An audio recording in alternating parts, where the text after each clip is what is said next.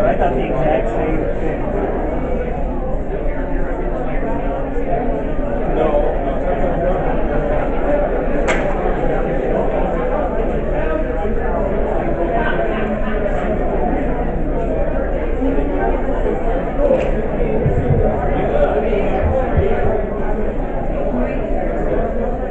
Two minutes, find your seats.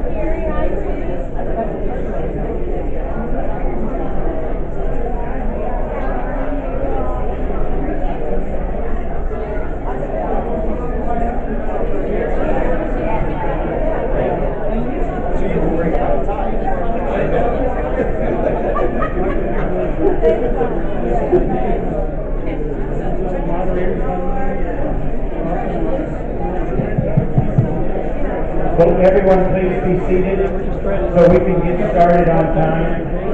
Thank you.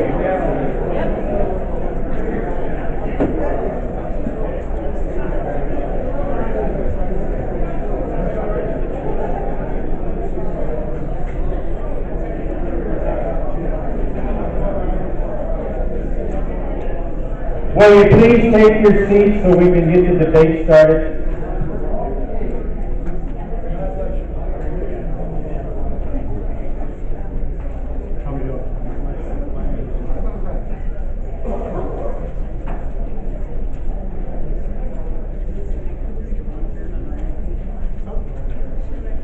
First of all, I want to welcome all of you here from the Quail Creek Republican Club and the Sahuarita Tea Party.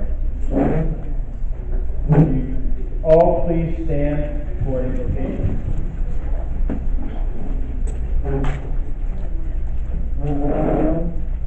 Dear Heavenly Father, we ask for your blessings and help to all in this gathering, and we pray for your guidance. Protect the men and women in our armed forces, and please bring them home safely to us. Shore up our faith. Help us to personally know you and to do your will. May there always be a nation under God. In God's name we pray. Amen. I have the pledge. I pledge allegiance to the flag of the United States of America and to the republic for which it stands, one nation under God, indivisible, with liberty and justice for all.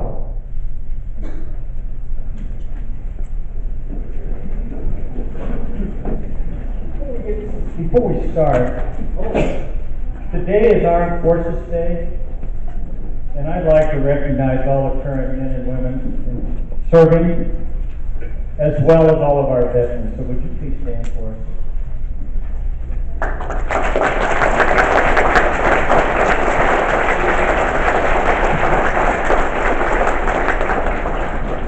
Thanks to each and every one of you. Today's debate, and we're going to try to move it along, will go from whenever we get started in a few minutes until 3:30. And at 3:30, we're going to open the bar. And we're going to have a meet and greet with the candidates, and we really encourage you to do that. And to take some time and get to know them. And that's, we tried to do two things with this forum. And we want to have a little more socializing as possible. The last instruction I'd like to give is, would everybody please silence their cell phone?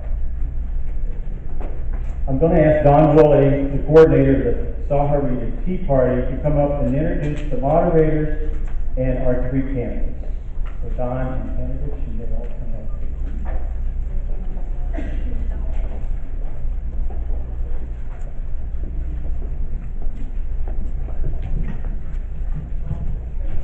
Thank you, Rick. Welcome to everybody. Thanks for coming. Our moderators today are Frank Antenori, former state senator, and Dan Shearer, editor of the Green Valley News. Candidates in alphabetical order are John Becker, Marla Closen, and Steve Christy. Thank you again for coming, and we'll get started.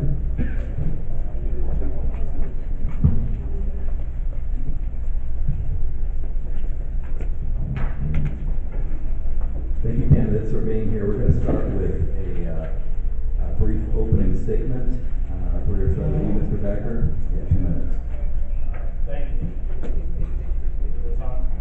Nope. Test.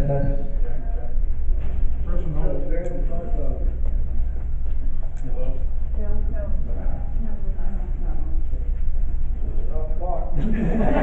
Time's up, John. Speaking of the clock, you're going to get a 30-second warning right up front there, and we're going to really stick to it. Hello?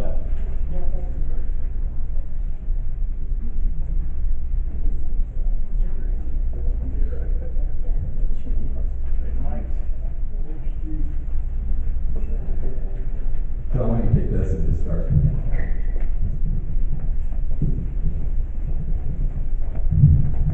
I would like to thank the Quail Creek Republican Club and the Sahuarita Tea Party for hosting the debate today.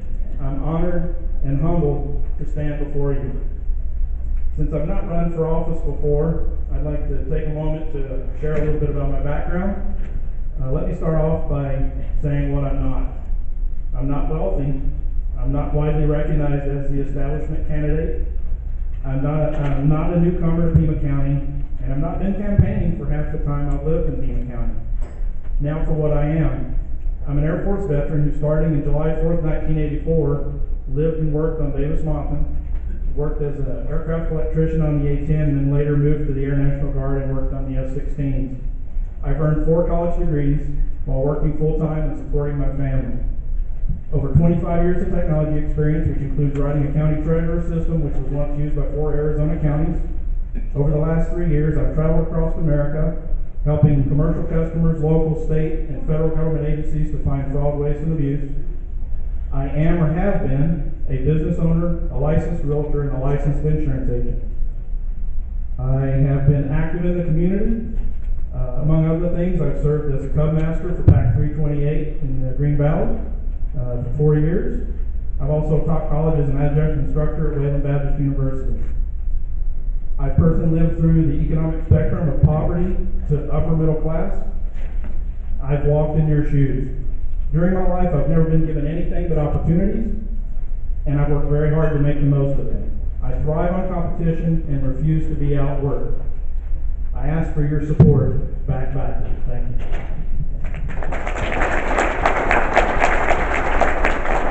Okay, Mr. Christy.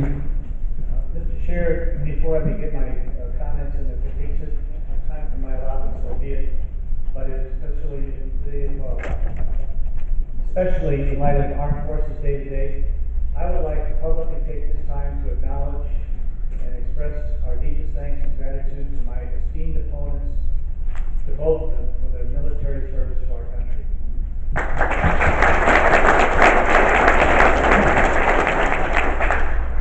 A little bit about myself. I am born and raised in Pima County. I was born at two Tucson Medical Center September 17, 1954. My parents moved here in 1950 from Fremont, Ohio. My folks were divorced shortly after I was born, and my dad returned to Ohio. My mother remarried to a car dealer in Tucson by the name of Ed Galloway. At Galloway Motors, starting at 39 West Trackman in 1948. I was brought up under his household and his tutelage, attended SAMU School, Mansfield Middle School, and then I wanted to see what it was like to live with my father in Ohio. And I lived with him through my high school years, went on to the American University in Washington, D.C., and got a degree in political science. But I'd always come back to Pima County and Tucson for vacations. And I began working at Galloway Motors, and I decided this was my life's ambition and my life's goal, to take over the family business, work my way up, and eventually buy out my stepfather, which I did. I started working at Galloway Motors for $1.67 an hour, and at that particular point, it shaped my whole approach to how government impacts the individual and how government can impact businesses. I am proud to be here in front of you. I appreciate this opportunity, and I ask for your support, and I'll tell you more as the debate moves forward. Thank you. Ms. Closen? Thank you. I just wanted to thank you all for setting up this wonderful event. We appreciated it. Before I get started, I'd like a quick show of hands of how many people have moved to Arizona before, have come from another state before moving to Arizona. Quite a few people. My husband David and I, I'm asking this because my husband David and I moved here several years ago. We're a military family. This is our last duty station, and we would love to retire here. When we first arrived, I considered starting a business, but I kind of figured out the economic circumstances of Pima County, and I decided against it. But instead of sitting back and doing nothing in my new home, I immediately got involved by becoming a precinct committeeman. I worked hard to beat the Pima bonds in 2015, and in May of 2015, I challenged Supervisor Shearer for the Pima County Supervisor spot. I believed he was part of the tax and spend mentality that was hurting our county. Was the main reason I decided to run against him. But since challenging Mr. Carroll, I've been attending Board of Supervisors meetings, talking to business owners and taxpayers like you, all in an attempt to learn our county's issues and learn the problems to solve them. So in addition to be spending an entire year learning about our county's issues, I'm the only candidate who has the engineering and business knowledge, along with proven military and business leadership to fix our county. Even more importantly, the only candidate who has had the courage to actually step up to help fix our county by challenging an establishment supervisor when no one else would. I will be the most effective supervisor because my background is the exact background of the county. Engineering, construction management, business ownership, so I know development, construction, and engineering, and what it takes to start, own, and operate my own business. I'm also a Navy chief and a combat veteran. When I returned home from Iraq, I worked as an intelligence analyst for the Department of Defense, where I learned about the threats facing our nation. So once again, I'm the only candidate who has the situational awareness, security, and terrorism knowledge to help ensure our safety when we live so close to the border.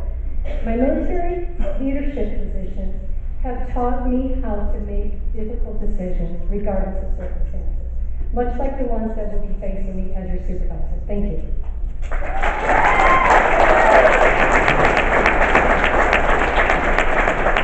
Okay, thank you to all three of you. Here is roughly the format. We're going to ask questions. Each candidate will have 2 minutes to answer. Frank and I may ask follow-up questions to clarify your responses. And when all three have answered the question, you all have an option of a 30-second rebuttal if you'd like. Then we'll go on to the next question. The first question, we'll start with you, Mr. Backer. Give us your top 2 priorities for Pima County for 2017. Top 2 priorities most certainly has to include repairing the roads, and it's not going to be done in 2017, but it's action that needs to be taken, not only because it impacts every single citizen in the county, but because it was given as a #1 reason why businesses don't want to come here. In a 2012 survey of 6,000 business owners across the country, they said that the bad roads, poor infrastructure, and poor education in the state and Pima County is what's keeping them from moving here. So we need to take steps to correct the roads. It's gonna take a lot of time, but Alan Miller has recently presented a plan that can fix the roads over a 20-year period without increasing taxes. I've seen a presentation on it, and I think that's a really good starting point to build from. And the second one would be, I think, in the work that I've been doing over the last 3 years, I work very closely with law enforcement. I think it's critical that we provide those step increases that the sheriff's deputies have not been getting for 8 years. So those would be my two. You gotta take care of the people that are taking care of you.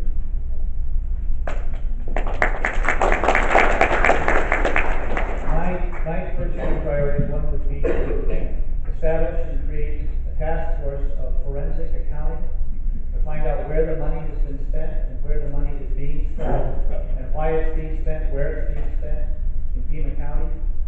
We have a great deal of assets in our community with the university, but I believe the biggest assets in this regard are the same assets that I would bring to the board, and that is a businessman's experience and how to read a financial statement. And I will draw my relationships within the business community who are very willing to volunteer their time to perform this task of creating a committee to deep dive into the county budget and find out where there is waste, where there's duplication of effort, and where we can make effective savings. My second priority would be to create a similar task force analyzing the regulations and the rules that are imposed on businesses and business startups in Pima County to find what is causing the blockage, what is causing the negative image, what is creating a problem and an inherent impediment to building businesses and attracting new businesses, and have an outside firm make that analysis. Those, I believe, are the foundation of my campaign, along with economic development, attracting businesses, job growth, and infrastructure change.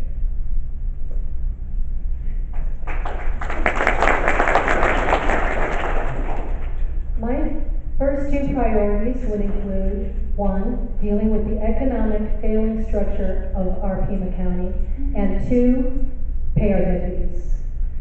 The first step is to fix the economic structure of our county. This relates into every other aspect. We need to stop the irresponsible spending, the wasteful spending, the special interest spending, and use those monies to help fund our road situation. That's just a short-term stopgap start, I should say. The other thing is create a low tax and low debt environment. That means provide our services from a streamlined budget, not from selling bonds, and not from raising taxes on you and me repeatedly, when we don't know where the tax money is going. The third, under my economic development thought process, would be to enact pro-business policy. I'm a former business owner. I know what it takes to run a small business. I know the hardships, the high taxes, the high payroll taxes, excessive regulations, even complicated zoning rules can ruin the dream of starting and keeping a business in Pima County, and I know how to address those issues. My second priority would be our deputies. In case any of you don't know, our deputies have not been paid their step pay increases for almost 8 years now. 8 years. The jurisdiction of the supervisor is to keep us safe, and that involves paying our deputies so they don't leave our county and leave us in an unsafe predicament. Did you know that 22 of our deputies have left the county since August of 2015? 12 to 15 are still deciding if they want to leave. 2 actually qualify for food stamps. This is completely unacceptable. I have a background in intelligence, and I was a Navy intelligence chief. And I know the bad guys are out there because I was privy to this information. Okay, Ms. Closen. I have a quick follow-up. Where do you get those numbers about the number of deputies who have left? I got those from Sergeant Kevin Kaditsky in one of his presentations. Okay, would any He's of here in the back. Okay, would any of the three like to take advantage of the 30-second rebuttal? No? Okay, we'll move on to the next question. And we're going to start with Steve. Christy. Hi, Mr. Christy and the rest of the candidates. I'm going to sort of take a little liberty here to two questions, with one being a real quick one with a one-sentence answer from each of you, and then the other one will be related to the Pima County tax policy. So the first question is, what is the purpose of government? The purpose of government is to provide for safety of our citizens.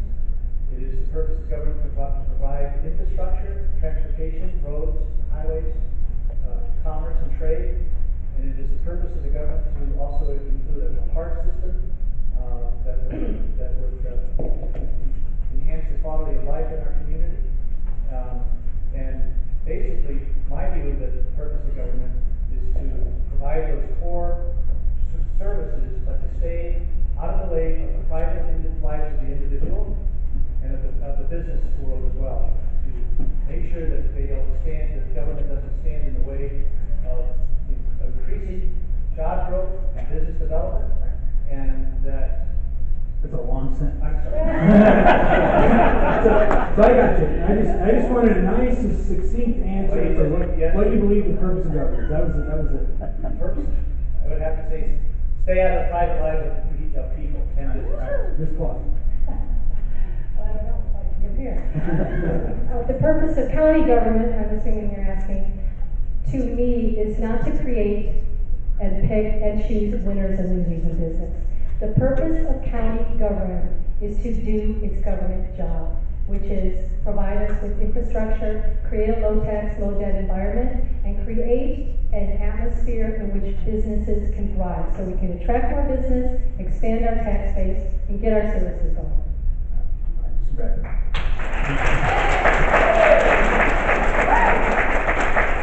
So I think the shortest answer I can provide is the very least possible.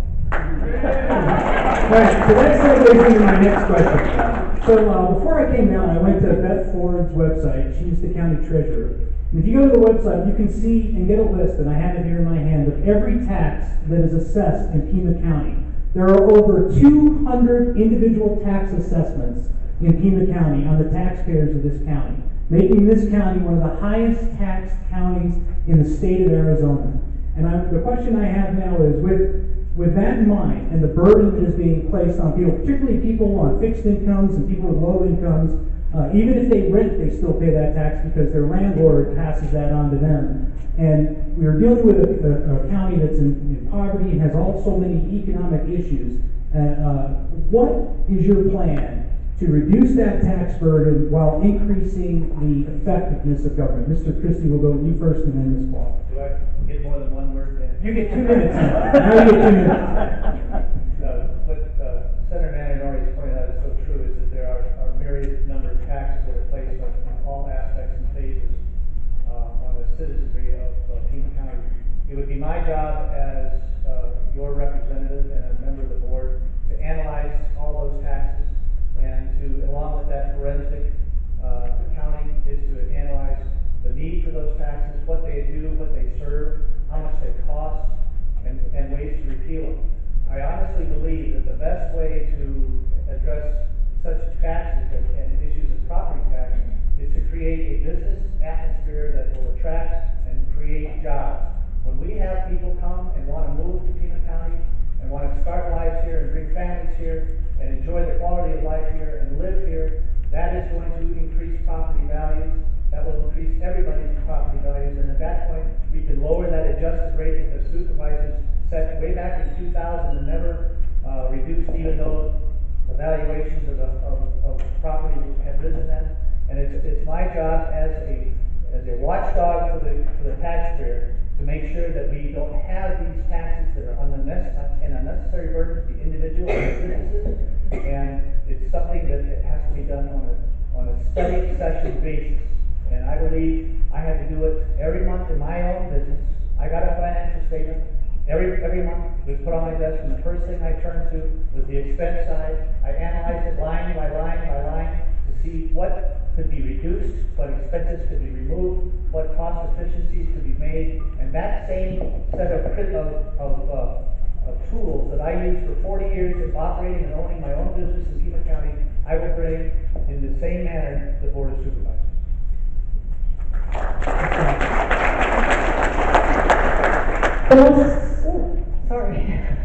The most significant thing we could do as county and for county leadership is to bring business to Pima County, create an environment, I just pretty much said this earlier, create an environment in which business will thrive. That will increase our tax base. Then the individual doesn't have to be taxed as much. That's the overriding tax issue. Our property taxes have been raised 5 times since 2013.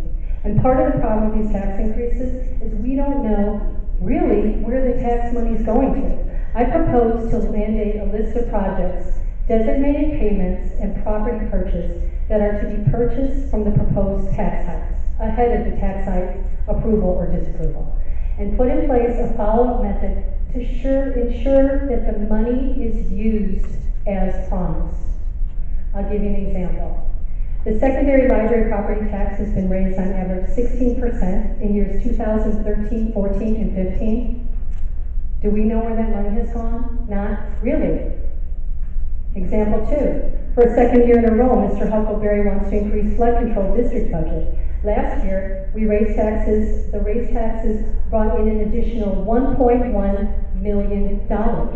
And shortly thereafter, land was purchased for $931,000. Do we know if that was a coincidence? Yes, it could have been a coincidence, but maybe it wasn't. The point I'm trying to make is we don't know where our tax money is going.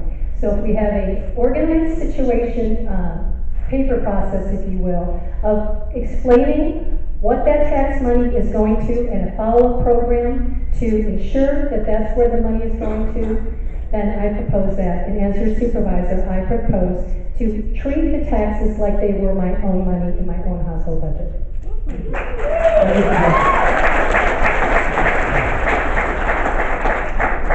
As odd as it may sound, the taxes are more a symptom instead of the root cause. Back in the mid-90s, I once wrote a county treasurer system that was used in 4 counties in Arizona. Although I led a team, we did some analysis. I wrote 70% of all the lines of code generated to generate that system. And that process started by me sitting down with the chief deputy treasurer 12 hours a day for 2 weeks to understand how taxes are calculated, distributed, tax lien sales are conducted, and so forth.